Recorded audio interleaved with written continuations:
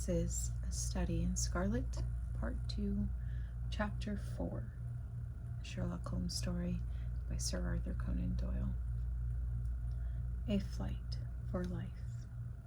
On the morning which followed his interview with the Mormon prophet, John Ferrier went into Salt Lake City, and having found his acquaintance who was bound for the Nevada mountains, he entrusted him with his message to Jefferson Hope. In it he told the young man of his imminent danger which threatened him, and how necessary it was that he should return. Having done thus, he felt easier in his mind, and returned home with a lighter heart. As he approached his farm, he was surprised to see a horse hitched to each of the posts of the gate. Still more surprised was he on entering to find two young men in possession of his sitting room. One with a long, pale face was leaning back in the rocking chair with his feet cocked up on the stove. The other, a bull-necked youth with coarse, bloated features, was standing in front of the window with his hands in his pocket, whistling a popular hymn. Both of them nodded to Ferrier as he entered. The one in the rocking chair commenced this conversation. "Maybe you don't know us," he said. "This here is the son of Elder Drebber, and I'm Joseph Stangerson, who traveled with you in the desert when the Lord stretched out his hand and gathered you into the true fold." "As he with all his nations in his own good time," said the other in a nasal voice. "He grindeth slowly but exceedingly small." John Ferrier bowed coldly. He had guessed who his visitors were. "We have come," continued Stangerson, "at the advice of our fathers, to solicit the hand of your daughter for whichever of us may seem good to you and to her. As I have but 4 wives and Brother Drebber here has 7, it appears to me that my claim is the stronger one." Nay, Brother Stangerson," cried the other. "The question is not how many wives we have, but how many we can keep. My father has now given over his mills to me, and I am the richer man. But the prospects are better with the other," warmly. "When the Lord removes my father, I shall have his tanning yard and the leather factory. Then I am your elder, and I am higher in the church." "It will be for the maiden to decide," rejoined young Drebber, smirking at his own reflection in the glass. "We will leave it all to her decision." During this dialogue, John Ferrier had stood fuming in the doorway, hardly able to keep his riding whip from the backs of his two visitors. "Look here," he said at last, striding up to them. "When my daughter summons you, you can come. But until then, I don't want to see your faces again." The 2 young Mormons stared at him in amazement. In their eyes, this competition was between them for the maiden's hand. It was the highest of honors both to her and her father.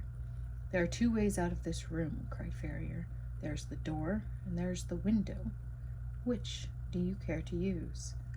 His brown face looked so savage, and his gaunt hands so threatening, that his visitors sprang to their feet and beat a hurried retreat. The old farmer followed them to the door. "Let me know when you have settled which it is to be," he said sardonically. You shall smart for this," Stangerson cried, white with rage. "You have defied the prophet and the council of 4. You shall rue it to the end of your days." "The hand of the Lord shall be heavy upon you," cried young Drebber. "He will arise and smite you." "Then I'll start the smiting," exclaimed Ferrier furiously, and would have rushed upstairs for his gun had not Lucy seized him by the arm and restrained him. Before he could escape from her, the clatter of horses' hooves told him that they were beyond his reach. "The young canting rascals," he exclaimed, wiping perspiration from his forehead. "I would sooner see you in your grave, my girl, than the wife of either of them." "And so should I, father," she answered with spirit. "But Jefferson will soon be here." "So should I, father," she answered with spirit. "But Jefferson will soon be here." "Yes, it will not be long before he comes. The sooner the better, for we do not know what their next move may be. It was indeed high time that someone capable of giving advice and help should come to the aid of the sturdy old farmer and his adopted daughter. In the whole history of the settlement, there had never been such a case of rank disobedience to the authority of the elders. If minor errors were punished so sternly, what would be the fate of this arch rebel? Farrier knew that his wealth and position would be no avail to him. Others as well known as rich as himself had been spirited away before now, and their goods given over to the church. He was a brave man, but he trembled at the vague, shadowy terrors which hung over him. Any known danger he could face with a firm lip, but this suspense was unnerving. He concealed his fears from his daughter, however, and affected to make light of the whole matter, though she, with the keen eye of love, saw plainly that he was ill at ease. He expected that he would receive some message of remonstrance from Young as to his conduct, and he was not mistaken, though it came in an unlooked-for manner. Upon rising next morning, he found to his surprise a small square of paper pinned on to the coverlet of his bed, just over his chest. On it was printed in bold, straggling letters, 29 days are given you for amendment, and then. The dash was more fear-inspiring than any threat could have been. How this warning came into his room puzzled John Ferrier sorely, for his servants slept in an outhouse, and the doors and windows had all been secured. He crumpled the paper up and said nothing to his daughter, but the incident struck a chill into his heart. The 29 days were evidently the balance of the month which Young had promised. What strength or courage could avail against an enemy armed with such mysterious powers? The hand which fastened that pen might have struck him to the heart, and he could never have known who had slain him. Still more shaken was he next morning. They had sat down to their breakfast when Lucy, with a cry of surprise, pointed upwards. In the center of the ceiling was scrawled with a burned stick, apparently, the number 28. To his daughter it was unintelligible, and he did not enlighten her. That night he sat up with his gun and kept watch and ward. He saw and heard nothing, and yet in the morning a great 27 painted upon the outside of his door. Thus day followed day, and sure as morning came, he found that his unseen enemies had kept their register. It marked up in some conspicuous position how many days were still left to him out of the month of grace. Sometimes the fatal numbers appeared on the walls, sometimes upon the floors. Occasionally there were small placards stuck upon the garden gate or the railings. With all his vigilance, John Ferrier could not discover whence these daily warnings proceeded. A horror which was almost superstitious came upon him at the sight of them. He became haggard and restless, and his eyes had the troubled look of some hunted creature. He had but one hope in life now, and that was for the arrival of the young hunter from Nevada. 20 had changed to 15, and 15 to 10, but there was no news of the absentee. One by one the numbers dwindled down, and still there came no sign of him. Whenever a horseman clattered down the road or a driver shouted at his team, the old farmer hurried to the gate, thinking that help had arrived at last.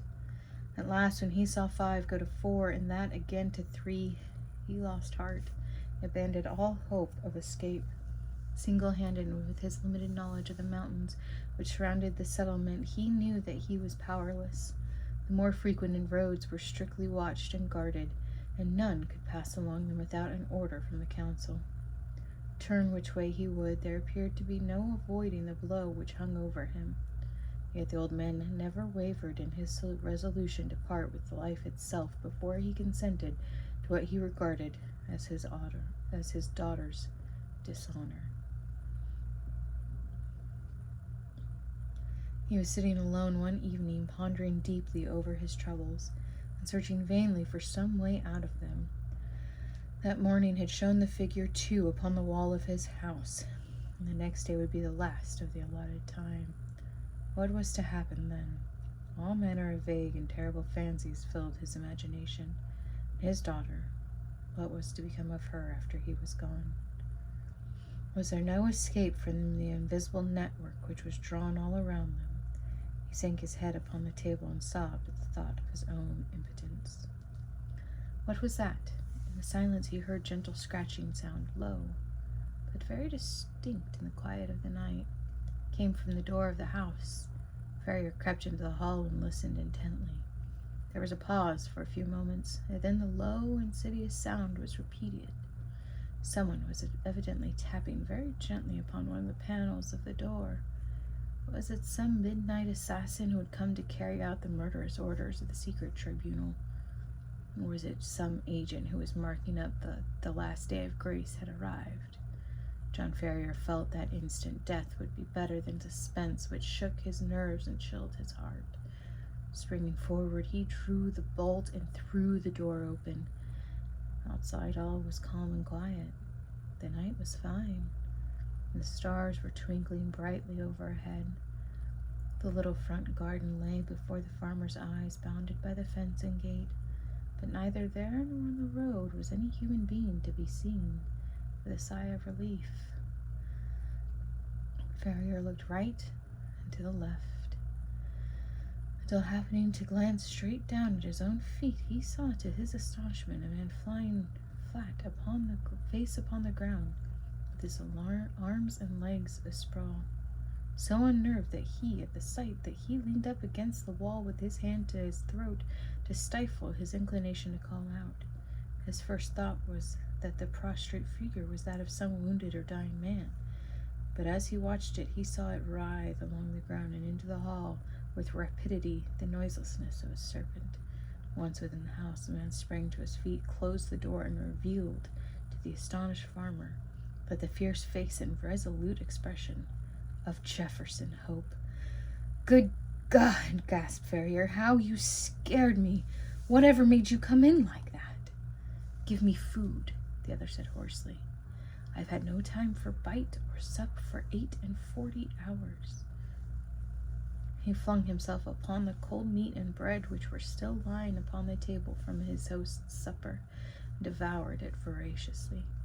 "Does Lucy bear up well?" he asked when he had satisfied his hunger. "Yes, she does not know the danger," her father answered. "That is well. This house is watched on every side.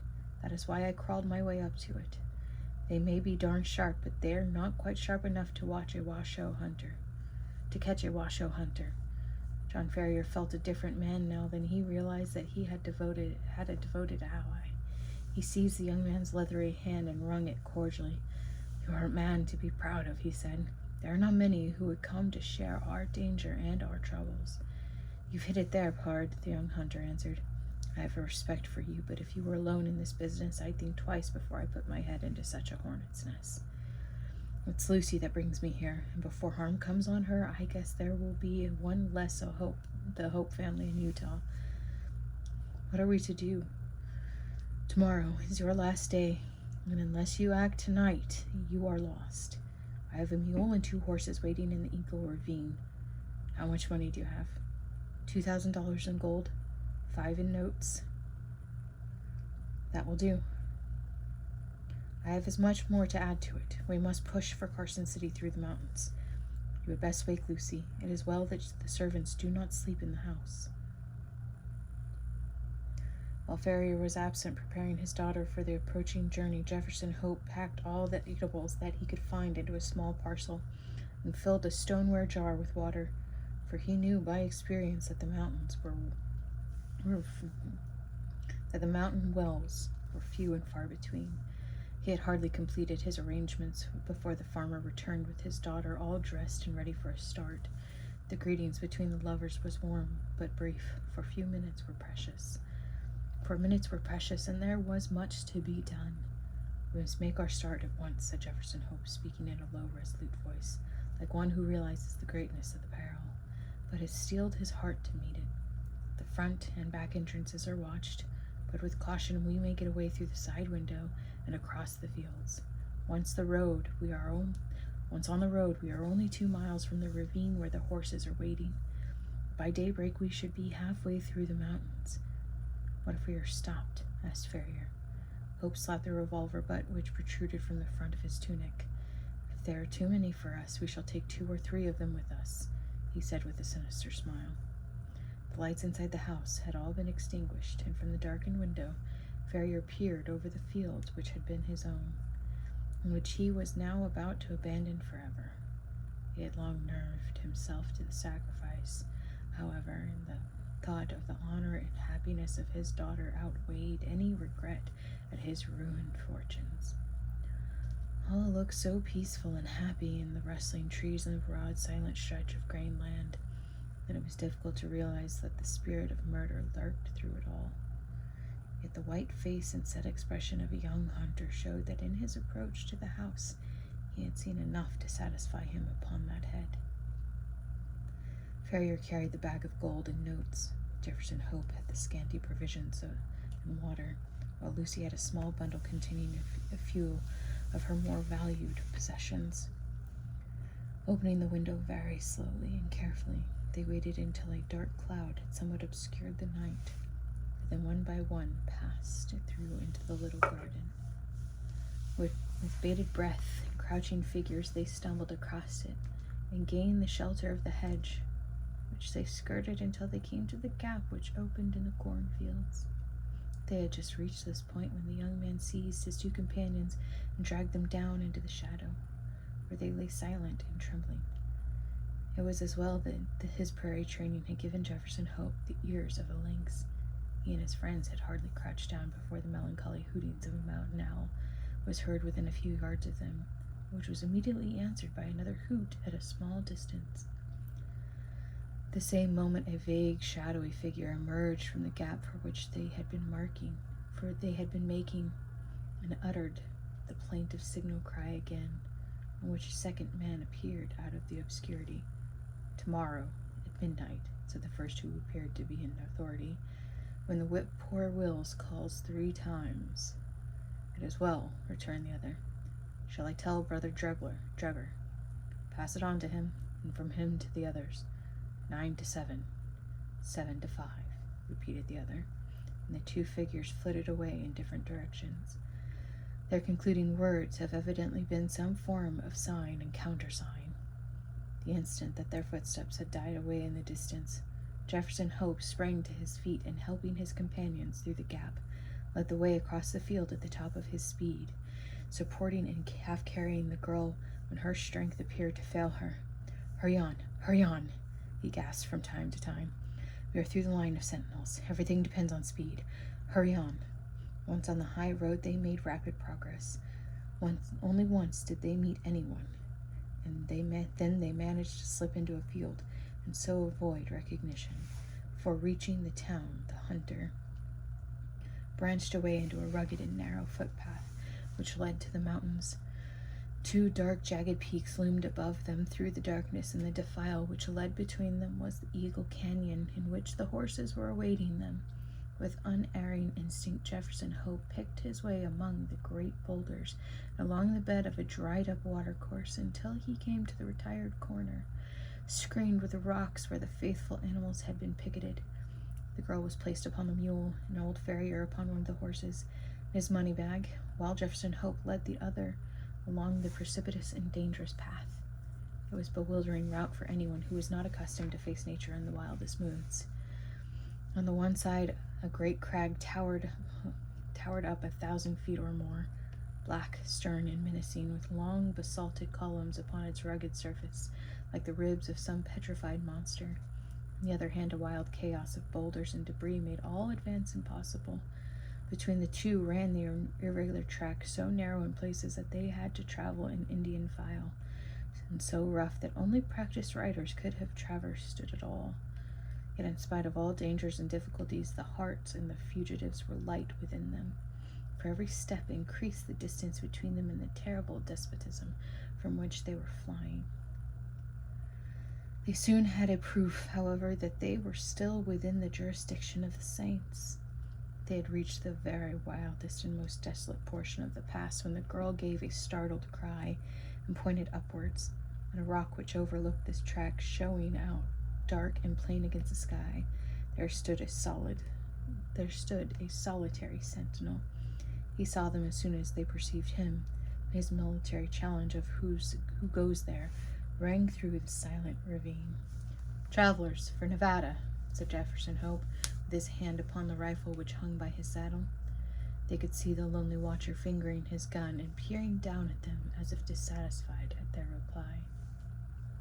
"By whose permission?" he asked. "The Holy Four," answered Ferrier. His Mormon experiences had taught him that was the highest authority to which he could refer.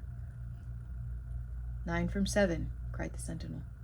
7 from 5, returned Jefferson Hope promptly, remembering the countersign which he had heard in the garden. Pass. The Lord go with you, said the voice from above. Beyond his post the path broadened out, and the horses were able to break into a trot. Looking back, they could see the solitary watcher leaning upon his gun. He knew that they had passed the outlying post of the chosen people, and that freedom lay before them.